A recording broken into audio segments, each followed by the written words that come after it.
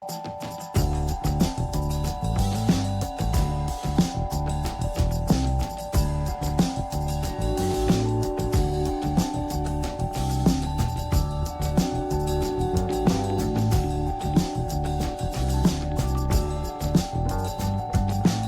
hello everyone. You're very welcome to our assembly again today. And as you can see, I'm joined by the lovely Celia today. Hi everyone. Good to see you today.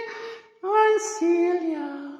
I know, we know you're Celia. And you're very welcome here today, Celia, because you're helping me with my assembly today. Isn't that right? Yeah, helping with the assembly. I love assembly.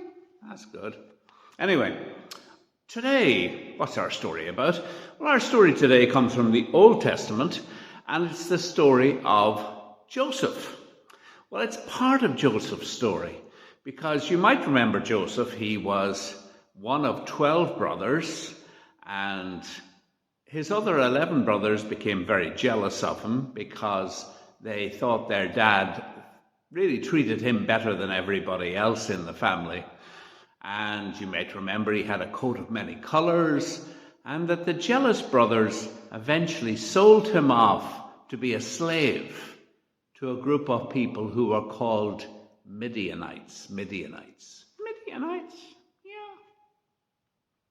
Well, Joseph had a very difficult life afterwards, but for a while, and then all of a sudden, he actually became very clever at telling people the meaning of their dreams. Of their dreams.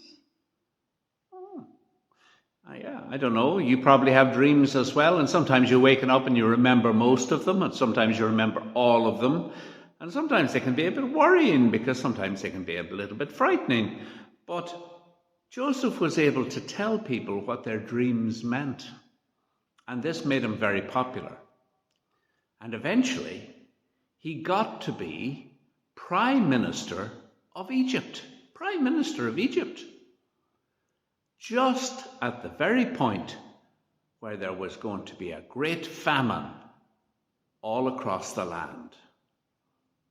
Famines are terrible things. We remember in Ireland particularly that we, at our time in our history, we had our famine as well. It's when people don't have enough food to eat and where many people die because they're so hungry. So Joseph was Prime Minister of Egypt, and his special responsibility was to make sure that everybody in Egypt got plenty to eat. But they had more food than they knew what to do with because they had been very clever storing the food for a number of years. So they were able to sell their food to people from outside Egypt as well. Now, right across the land, there had been a big famine in the land of Israel. And Jacob sent his then 11 sons all the way to Egypt to see if they could buy food. And they came all the way to the house of the Prime Minister. And when they came to the house of the Prime Minister, they didn't realize that the Prime Minister was really Joseph. It was Joseph, the person they put into slavery. Yeah, that's right. So Joseph was able to help them out and to look after them. So Joseph was there. Now I want you to think about this very carefully, because this is a very important part of our story. It may even indeed be the most important part of the story. If you'd been treated so badly by your brothers, if you'd been sold as a slave by them, if you had been left without anyone to care for you and left in prison on many occasions, would you be prepared to forgive those people, to forgive your brothers? Joseph met with his brothers, and eventually he decided he was going to help them. He was going to give them food. The whole story about how they put him into slavery and how they actually left him to die. And it was terrible. But he forgave them. Yeah, he forgave them. for all the terrible things they had done. He was prepared to give them food so that they wouldn't starve. And in time, the whole family came to live in Egypt, where they would have plenty of everything, and where Joseph would look after everybody there. Really special story, this, because it points to a thing we sometimes forget about, and that is that God calls us, even at times when we feel we've had terrible things done to us. He calls us to forgive. And when we forgive, when we allow God to take that part of our story and change it for the better, we then discover that God really cares for all of us.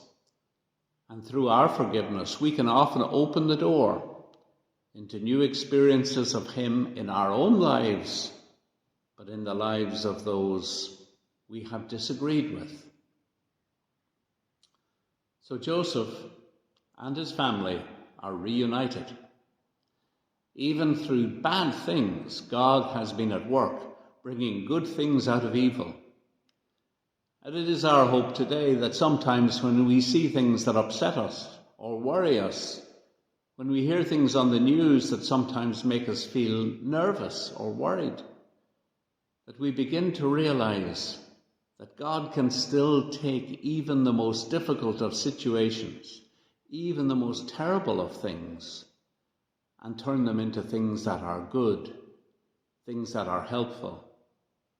And when we can express God's love towards others by our forgiveness of them. That's a great story, isn't it? I think it's a great story. One of the great stories of the Old Testament, I think. So we're going to think about that story, think about our own call to forgive others, call about others to forgive us, and our willingness to accept their forgiveness. And at all times to realize that God has a plan for each and every one of us. Even when times are difficult, He will bring us through and bring us to a new and strong place. Now we're going to say our prayer today. This prayer we're going to say it to God and ask God to help us. So this is the prayer. Will you say it after me?